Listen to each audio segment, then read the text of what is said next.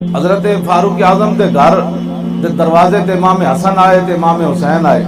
اتنی دیر بعد عبداللہ بن عمر آ گئے. انہاں دستک دیتی، غلام آیا. انہوں نے کہا جی جا کے دسو عبداللہ بن عمر آئے، تھوڑے پتر آئے. فرمایا عبداللہ بن عمر کو اجازت نہیں ہے گھر آنے کی. جب ایک گل سنی تو امام حسن تے حسین بھی واپس چلے گئے.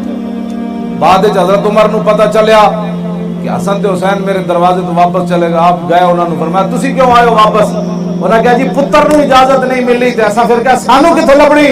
حضرت عمر پگڑی اتار دیتی اپنے سر تو. انہوں نے کہا جناب تسی گھر دی میری گلاں کردے ہو، ساڈے سراں دے وال بھی تہاڈی وجہ تو.